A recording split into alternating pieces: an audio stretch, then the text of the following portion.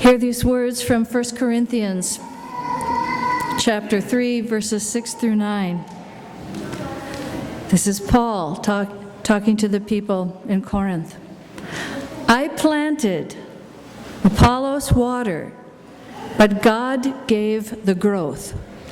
So neither the one who plants nor the one who waters is anything, but only God who gives the growth. The one who plants and the one who waters have a common purpose, and each will receive wages according to the labor of each. For we are God's servants, working together. You are God's field, God's building.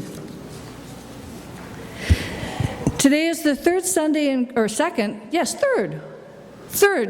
in creation season, a new season in the church year that focuses on God as creator and creation itself as an expression and revelation of God. For our inaugural year here, we're looking at creation season within an overarching framework based on the work of Christian ethicist H. Richard Niebuhr. Niebuhr suggested that an ethical life could be built around the answers to three questions. What is going on? What is God already doing? And what is the fitting response? The first question, what is going on, addresses the need to understand from as many angles and stakeholders as possible the current socio-historical situation in which we find ourselves. We've named climate change as that situation, and we'll look even more closely at it in November with adult forums on the Pope's groundbreaking letter on climate change. The second question asks, what is God already doing?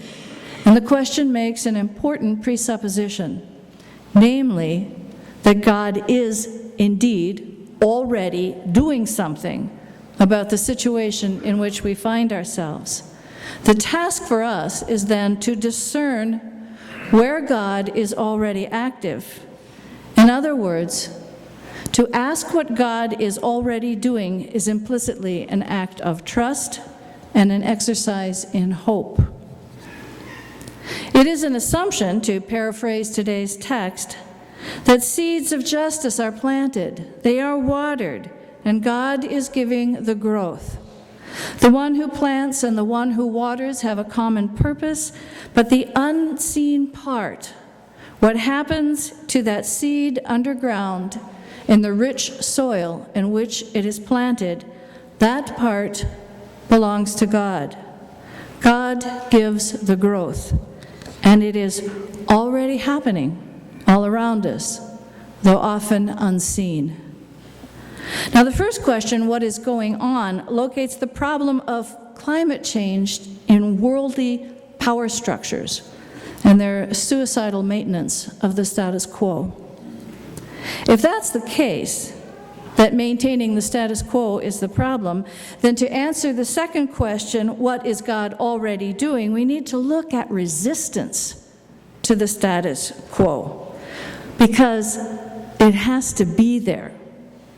Even in the case of lemmings rushing to the sea, you gotta figure that a couple of them questioned the wisdom of it all. Not every lemming goes over the cliff, or the species would have been extinct long ago. So here's my question to you. Where are the lemmings among us that are resisting the stampede to planetary disaster? Because that's where we'll find God is already working. Sometimes it may be in the unlikeliest people, but then God has always been rather peculiar that way.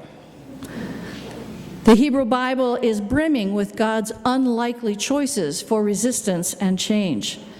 There's that trickster, Jacob, who steals his brother's birthright, and there's Moses, a murderer, and there's Rahab, the prostitute who helped Joshua take Jericho. I mean, seriously, it's clear that when it comes to questions of character, God has absolutely no standards. God will work with anyone, liars, prostitutes, murderers, thieves. If God chooses even unlikely people to be bearers of liberation and grace, and God works in the potentiality of an unseen seed, then God is probably already at work doing some things that will surprise us. Consider for a moment Bill McKibben, an introverted journalist who was really happy to just sit at home in the Adirondacks writing about environmental issues. He figured a rational explanation of the trouble we're in would be sufficient. But of course it wasn't. So with the help of some college students, he launched the group that became 350.org, which is now one of the world's leading environmental organizations. He's an introvert. He never planned to become an activist. But the seed was planted, and by his strengthening convictions, it was watered. And though I don't know if he would say this, God gave it growth. Which brings me to another one of God's unlikely characters, Jorge Bergoglio. Back in the 70s, he was appointed head of the Argentinian Jesuits, and he botched it so badly because of his autocratic style that he was removed from office and cast adrift. He sank into depression and found meaning again in his work with the poor. He completely transformed his understanding of power and governance, and he is now the Bishop of Rome, head of the Catholic Church, Pope Francis I. During those wilderness years, what was God doing in the deep soil of this future Pope? What is God already doing? I think God is at work in 350.org. I think that God is at work in Pope Francis, especially in the papal letter that he released this June on the intertwined issues of climate change, neoliberal economics, and how these disproportionately affect the poor. Just as there have always been lemmings that resisted the stampede to the sea, there have always been people who resisted ideas they knew to be wrong. 75 years later or so, we are still learning new stories of individuals in World War II who saved Jews from death camps. We keep returning to those years in movies and books, and why? I think because in the midst of seeing ourselves at our worst as human beings, we also catch glimpses of ourselves at our best. And story after story of ordinary people acting with extraordinary courage to do the right thing. There's a phrase that the Brits used in World War II that's enjoyed a bit of a comeback. Keep calm and carry on. Back then, it was one of several morale-boosting posters that were created by the British government. More recently, folks have had all kinds of fun with it, using the iconic typography to declare all sorts of things like, keep calm and eat chocolate, or now panic and freak out. But there's another phrase from the Brits that I would love to see revived, also popular in the wartime era: to do one's bit. That is, to make a useful contribution to a cause or an effort. It's a phrase that found its exemplification and glory in an operation remembered as the Miracle of Dunkirk. Here's a quick refresher. In the spring of 1940, as the Germans swept through Belgium and the Netherlands, the British Expeditionary Force, along with Belgian and French troops, were cut off and surrounded by the advancing German army. The only escape was across the English Channel, so the Allied generals retreated to Dunkirk, a French seaport, because it had wide, sandy beaches and was surrounded by marshlands that would obstruct German tanks from moving in. British destroyers converged on the Dunkirk harbor, ready to evacuate soldiers, but there was a problem. The water was too shallow for the destroyers, so the ships had to wait offshore while soldiers waded far out into the harbor, often standing for hours in water up to their shoulders with the Luftwaffe overhead strafing them. The progress was slow, inefficient, and doomed to disaster. And that's when the call went out, up and down the Thames, up and down the coast, for boats, any kind of boat, that could cross the channel and maneuver the shallow water of the harbor, either to shuttle soldiers to the destroyers or to take them directly back to England. And they came. Fishing boats, pleasure boats, yachts, commercial ferries, merchant marine boats, and lifeboats, more than 800 of them from as far away as Glasgow. Some were requisitioned by the military, but many were captained by civilian fishermen and seamen. Over a period of 9 days, from May 27th to June 4, 1940, they rescued 338,226 soldiers, the largest military evacuation in history, and a decisive factor in the outcome of the war. So I confess I enjoy the do one's bit line, but I also regard it with awe, because they really did it. On one small boat after another, crossing the channel, under surface attack from airplanes and the threat of mines from below, they crammed their boats so full they risked capsizing. They saved hundreds of thousands of soldiers, one man at a time. An impossible calculus against impossible odds. The story of Dunkirk is one of the reasons I love history, because it gives me hope. It tells me in their darkest hour, ordinary, unlikely people can find the courage and the imagination to do something huge and magnificent. As much as we find the challenges of our present era uniquely different from past eras, we can't view ourselves as uniquely different from people who faced dire times in the past, like those to whom Isaiah referred in our prayer of confession. We are the same species, flawed by the same selfishness and pride, vulnerable to fear and defeatism, but imbued with the same human spirit and capable of summoning the very best within us to win against all odds. Stories like the miracle at Dunkirk also unmask our true theologies.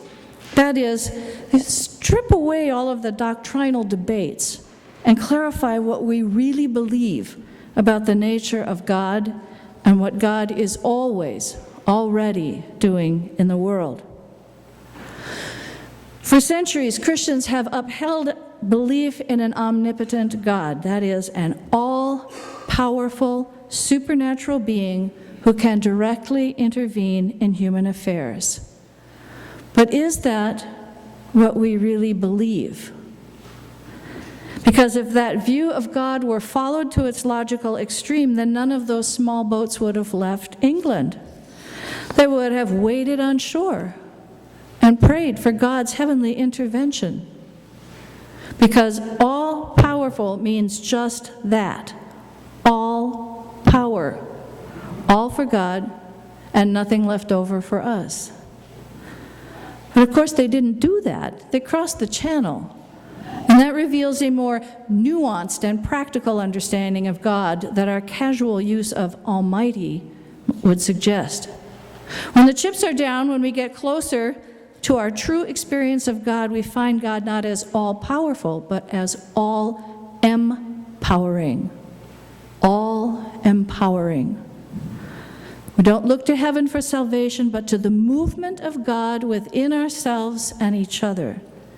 We find God not in the clouds, but in the courage we didn't realize we had, in the hope that sustains us through long nights, and the creativity to find a way out of no way. We find God in resistance to injustice, and we find God in the unseen nurturing of souls. So yes, Paul planted the seed, Apollos watered it, but it is God who gives the growth. The ones who plant and water our parents, our teachers, our encounter with the gospel of Jesus. They all have a common purpose. But the unseen part, what happens underground in the rich loam where it is planted, that part belongs to God. So what is God already doing? God gives the impulse, the creative instinct, the unforeseen courage. In ways that we cannot see or comprehend, God gives the growth. Our situation has some resonance with Dunkirk. We are surrounded, not by enemy armories, but by a corporatocracy that is pushing us to the brink of disaster. And our salvation will come not from a distant God operating out of the clouds, but from an intimate God operating within the human heart. The God who transcends all of us still moves within us and empowers us, increasing our power exponentially. We act on that belief every day, whether we are conscious of it or not. The small boats of Dunkirk acted on that belief 75 years ago. We act on it when we write. Our legislators rally against destructive mining practices, form coalitions with others to demand corporate and governmental accountability. We act on it too when we trust that our choices really do make a difference, whether the struggle is for justice writ large or for peace in our own lives.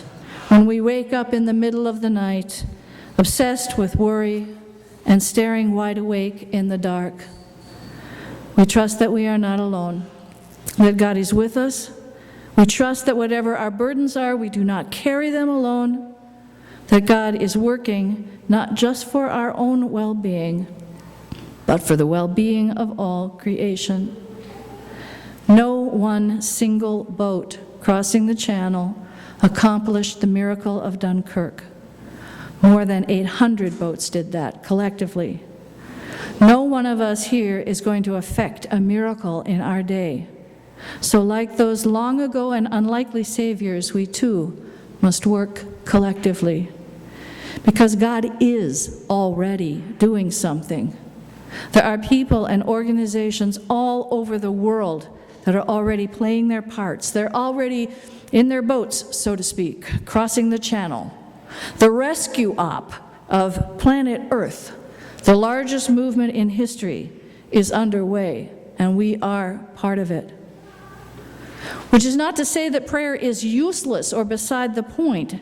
The day before the evacuation began, King George called for a national day of prayer. And who's to say that wasn't the actual turning point?